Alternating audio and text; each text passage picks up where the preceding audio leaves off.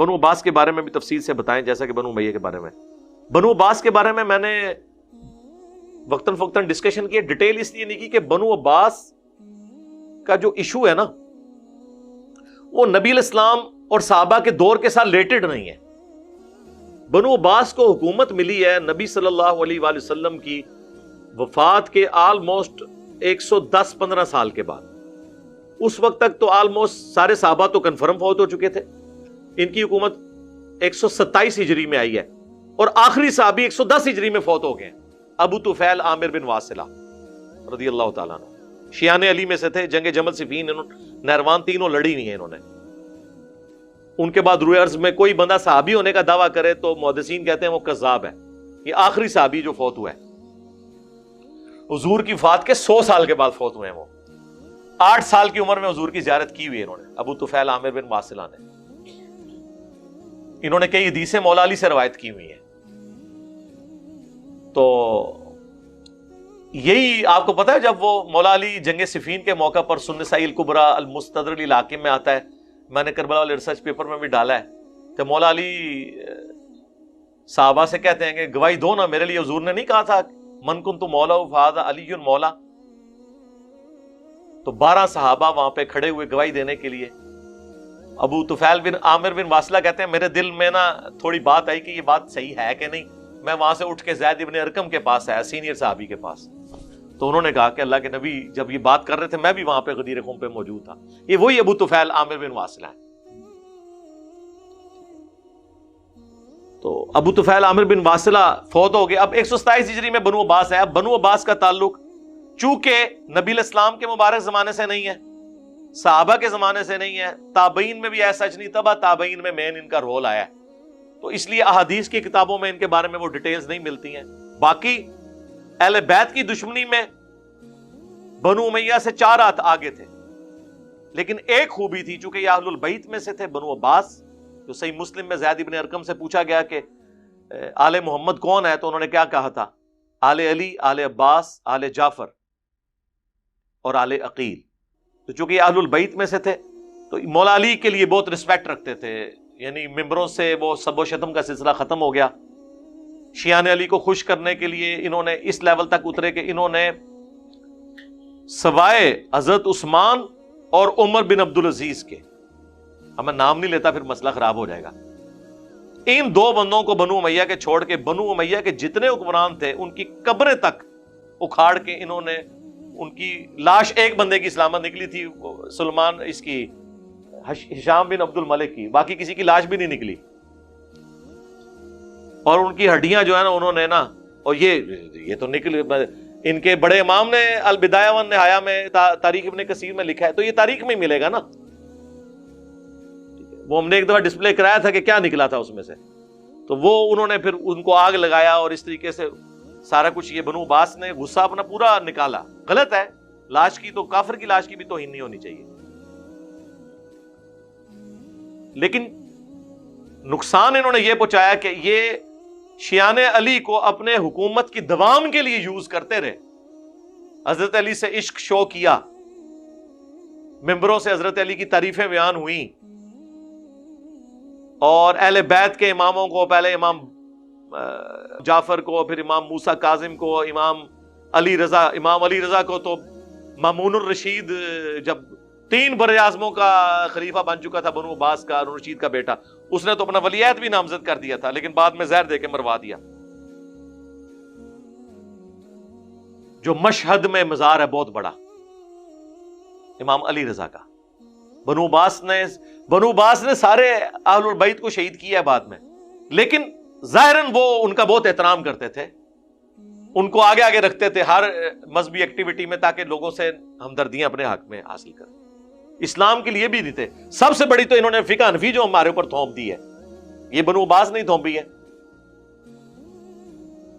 یعنی امام حنیفہ نے زہر کا پیالہ پی لیا اور چیف جسٹس کا عہدہ قبول نہیں کیا, اور ان کے شاگرد نے قاضی ابو یوسف نے وہی عہدہ قبول کر لیا امت کے وسیع تر مفاد میں. پھر ڈنڈے کے زور کے اوپر فقہ حنفی انہوں نے نافذ کیا. حضرت امام مالک کے شولڈر انہوں نے توڑوائے ہیں جب جبری طلاق کے خلاف انہوں نے فتویٰ دیا. بنو عباس نے ہی سب کچھ کیا. تو یہ بھی ایک برا ماضی ہے مسلمانوں کا. ہاں دنیاوی طور پہ بہت فتوحات ہوئی, وہ سب کچھ ہوا, بڑی سلطنت پھیل گئی, سب کچھ تھا, لیکن ہے یہ وہی تھا. لیکن بنو امیہ کا ذکر اس لیے ہوتا ہے کہ اس کے افیکٹی صحابہ ہیں, اور وہ احادیث کی کتابوں میں پٹڑی وہاں سے بدلی ہے, اس لیے ان کو زیادہ ڈسکس کیا جاتا ہے. ویسے تو بنو عباس کے بعد پھر سلطنت عثمانیہ کو بھی ہم ڈسکس کر سکتے ہیں, انہوں نے جو کارنامے کیے ہیں. زیادہ شوق ہے تو آپ ترکی والوں کے اپنے ڈرامے دیکھ لیں, میرا سلطان, میں نے تو نہیں دیکھا ہوا لیکن مجھے پتا ہے اس میں وہ سب کچھ جو بتا رہے ہیں اس سے بھی زیادہ برے حالات تھے.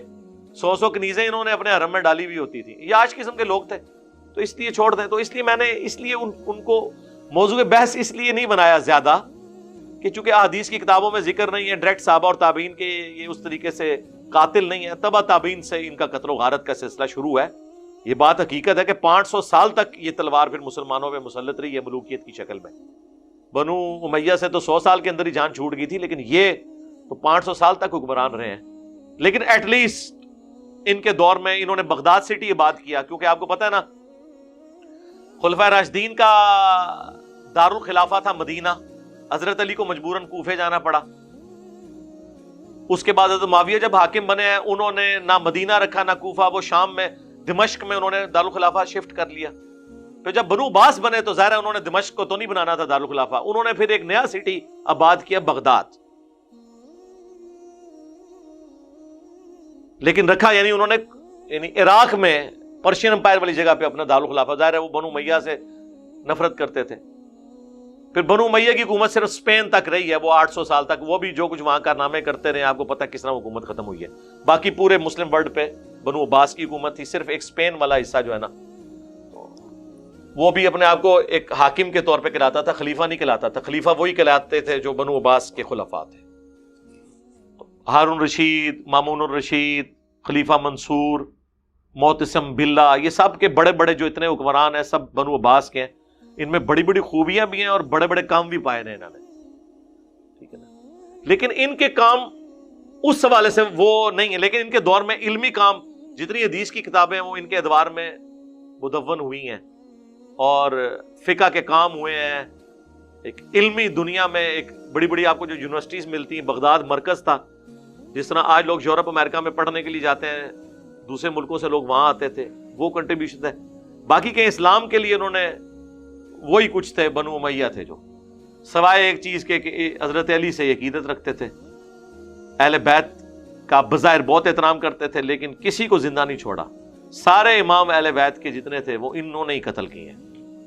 لیکن پریکٹیکلی یہ لوگ اپنے آپ کو یعنی شیعان علی کو یوز کر کے حکومت میں یہ رہے ہیں. بنو امیہ والے کام انہوں نے وہ والے کام نہیں کیے. باقی تو ظاہر ہے حکمران تو حکمران ہوتا ہے. وہی بات ہے کہ پیپلز پارٹی ہو, مسلم لیگ ہو یا پی ٹی آئی ہو, آپ نے تینوں کو چیک کر لیا ہے, تینوں ہی اپنے قریبیوں کو نوازتے ہیں, اپنے وزراء کی جو غلطیاں ان پہ پردہ ڈالتے ہیں, اپنے بڑوں کا جھوٹا دفاع کرتے ہیں. تو یہ آپ کے سامنے ہے نا یہ والی جو چیزیں یہ کامن ہی ہوتی ہیں برائیاں سب میں.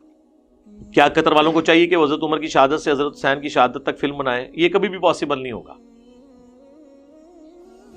سنی کم از کم حضرت عمر کی شہادت کے بعد فلم نہیں بنا سکتے, اس لیے کسی نے جرت نہیں کی ہے, کیونکہ اس کے بعد پھر سنیت کا مقدمہ کمزور ہونا شروع ہو جائے گا. سنیت کا, انجینئر صاحب کا نہیں. میں اہل سنت کے منہج پہ ہوں, منہج والا سنی ہوں. سنی نہیں ہے. اس میں پھر آپ کو جو خلافت و ملوکیت میں مولانا مودودی رحمہ اللہ نے جو کچھ لکھا وہ سب کچھ فلمانا پڑے گا. اور اس کی سپورٹ میں نے کربلا والے ریسرچ پیپر میں بخاری مسلم سے جو احادیث بیان کی ہیں بتانی پڑیں گی. مجھے بتائیں اگر یہ وہ فلم بنائے, حضرت عثمان کا دور خلافت ہی نہیں فلما سکتے, وہ پہلے 6 سال فلما سکتے ہیں, آخری 6 سال نہیں فلما سکتے. ہاں ایران والوں نے کیا ہے کہ حضرت عثمان کی خلافت کے آخری 6 سال اور حضرت علی کی خلافت کے 5 سال ان کی شہادت تک, یہ 11 سال انہوں نے شہید کوفہ نام کی ایک فلم بنائی ہے 22/1 میں. مولا علی علیہ السلام لکھیں, شہید کوفہ لکھیں تو وہ فلم کھل جائے گی, جس کے وہ سین وہ ہمارے ہدایہ پورٹل والے کئی ایک ویڈیوز میں, ابو ذر غفاری والی ویڈیو میں بھی وہ کلپ دکھائے گئے ہیں, تو آپ دیکھ لیں. وہ تو پھر، اور اس کے اینڈ پہ انہوں نے سارا بتایا کہ ہم نے یہ تو اہل سنت کی کتابوں سے یہ لیا ہے. ان کو تو چھوڑ دیں، میرے کربلا والے ریسرچ پیپر میں آپ دیکھ لیں کہ حضرت عثمان غنی رضی اللہ تعالیٰ عنہ کے خلاف جو صحابہ کرام شروع میں ہوئے وہ کس وجہ سے ہوئے. یوٹیوب پہ میری ویڈیو ہے حضرت عثمان کی شہادت کے اصلی اسباب. وہ ان کے قریبی رشتہ دار تھے. انہوں نے اپنے ایک بھائی کو، اسے کوفے کا گورنر لگا دیا، ولید بن عقبہ. اور مسلم شریف میں الفاظ ہیں کہ اس نے شراب پی کے نماز پڑھائی. تو اینڈ پہ لوگوں نے وہ 4 رکعتیں پڑھا دی فجر کی. لوگوں نے کہا یہ کیا نماز پڑھائی؟ اس نے کہا اگر تھوڑی پڑھائی ہے تو میں اور پڑھا دینا.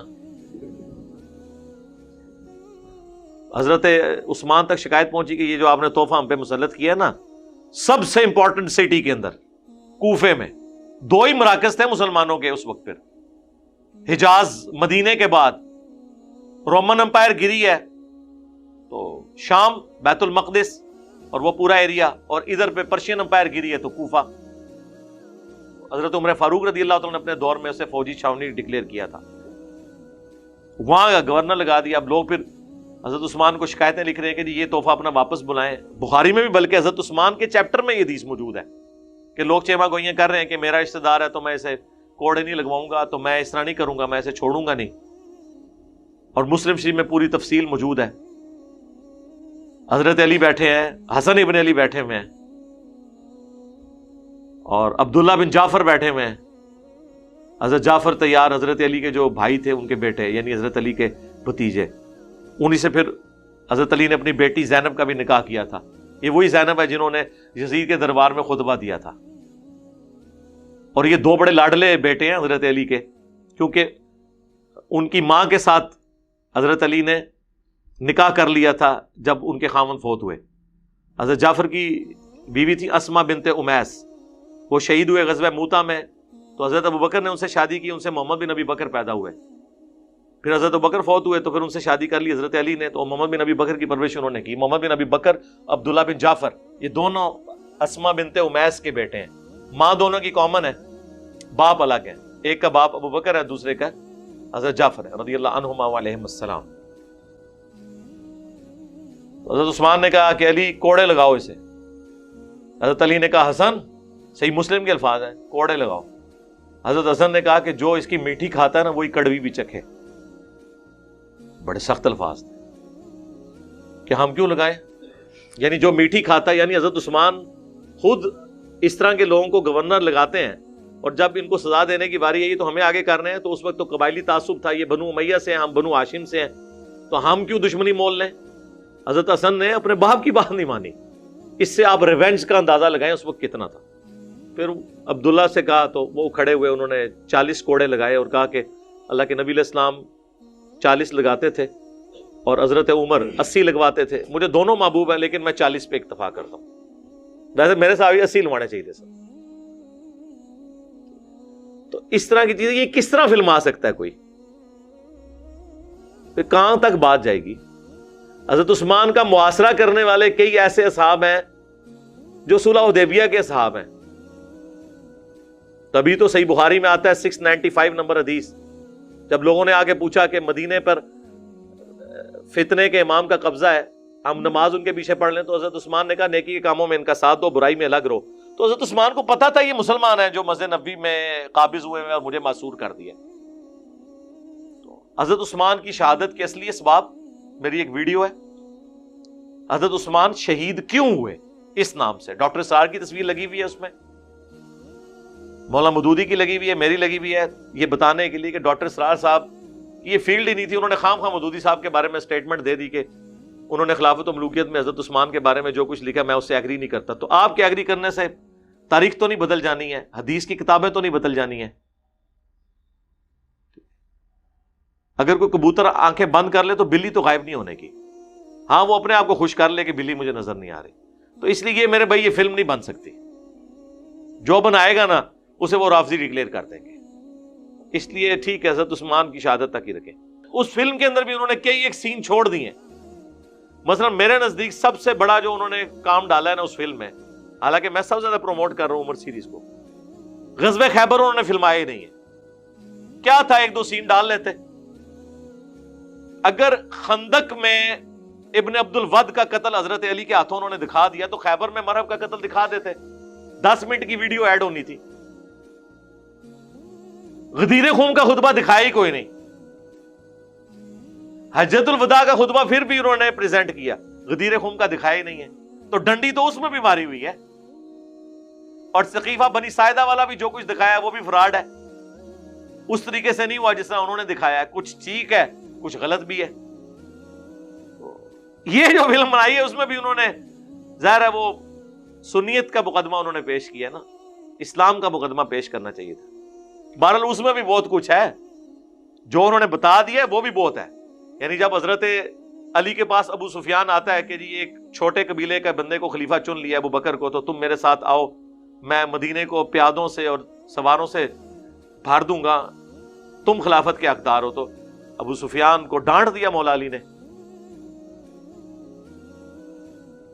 اور کہا کہ جب تو مسلمان نہیں تھا اس وقت بھی دشمن اور اسلام کی عادت میں بھی دشمنی کر رہا ہے. یہ انہوں نے فلمایا. یہ بھی فلمایا کہ جب حضرت عمر سے لوگ ملنے آتے ہیں ابو سفیان بار کتنی دیر انتظار کرتا ہے اور کہتا ہے میں تو مکے کا سردار تھا، مجھے کیوں نہیں مل رہا. تو حضرت عمر ان لوگوں کو مل رہے تھے جو شروع میں مسلمان ہوئے تھے، وہ ان کے نزدیک تو کمی کمین تھے.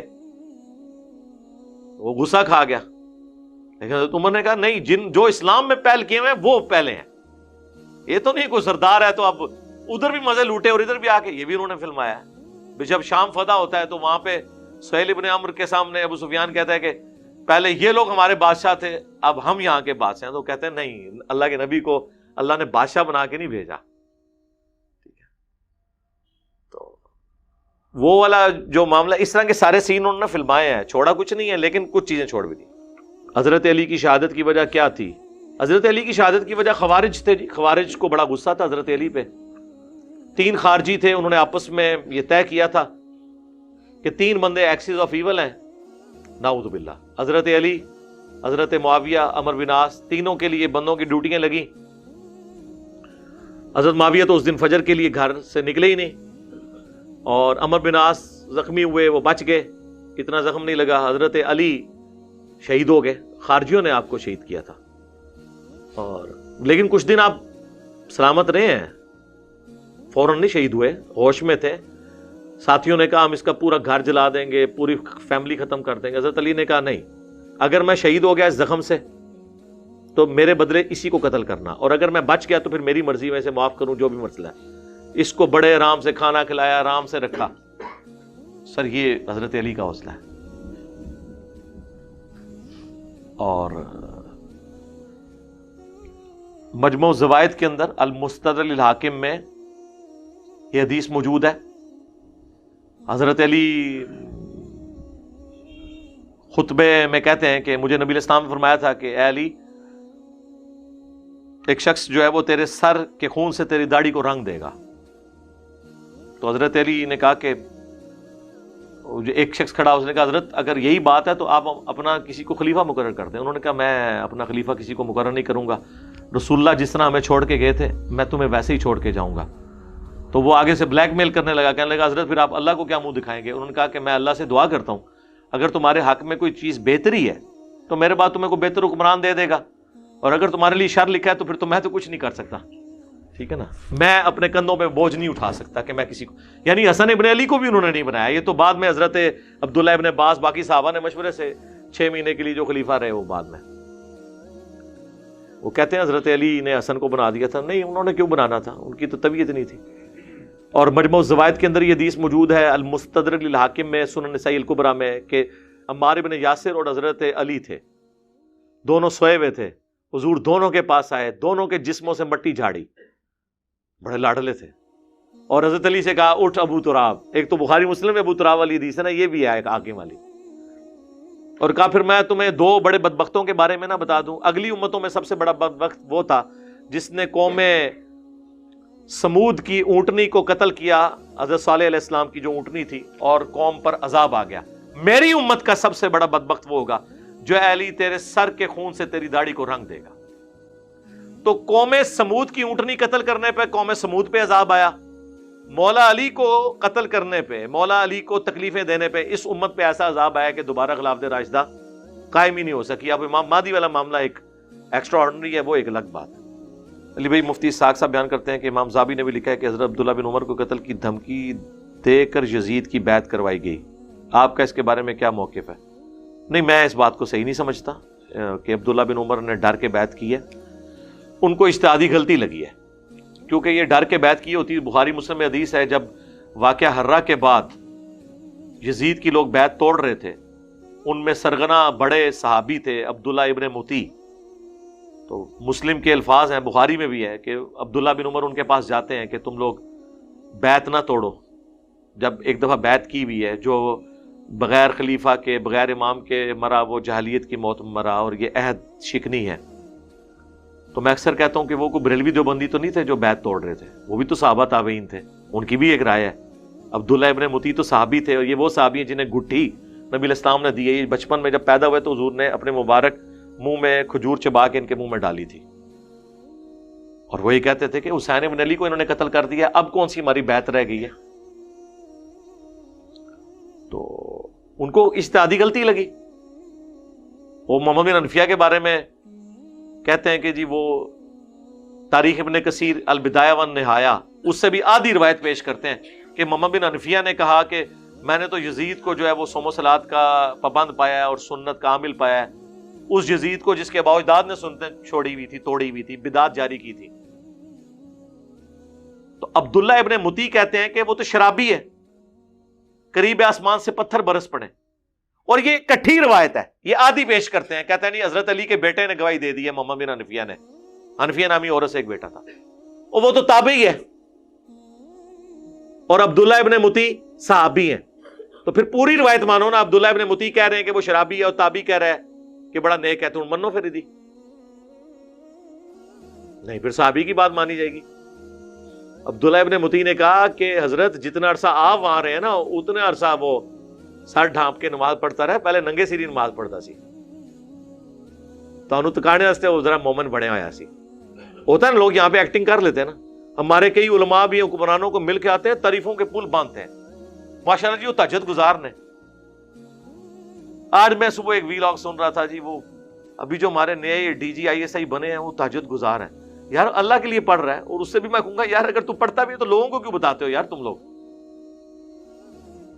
جس طرح لوگ نا کیمرے لگا کے بیٹھے ہوئے ہیں کسی کے بارے میں. ہمیں کسی کی تہجد نماز، میں کہتا ہوں جی کوئی کتنا بھی گیا گزرا ہے، ہم نے یہ دیکھنا ہے عوام کے لیے کون بہتر ہے، ملک کے لیے کون بہتر ہے. وہ نہیں اس کی داڑھی لمبی ہو. آپ کسی داڑھی لمبی ہو، پگڑی خوبصورت پہنی ہو، اور ناڑی ہو، اور ڈرائیور نہ ہو، وہ اس کے ساتھ اپنی فیملی کو سوار کریں گے گاڑی میں؟ آپ کہیں گے سوٹا لانے نہ لاؤ، لیکن ڈرائیور پکا ہوئے وہ دل بٹھا لاں گا. ظاہر جو اس وقت چیز چاہیے اس کے لیے نا، یہ تو نہیں ہے نا عقل میں کوئی بات کیا کریں. تو یہ عبداللہ بن عمر والی بات بالکل جھوٹ ہے. دوسرا، عبداللہ بن عمر نے یعنی اپنی مرضی سے کی تھی بیعت، وہ قائل ہو گئے تھے.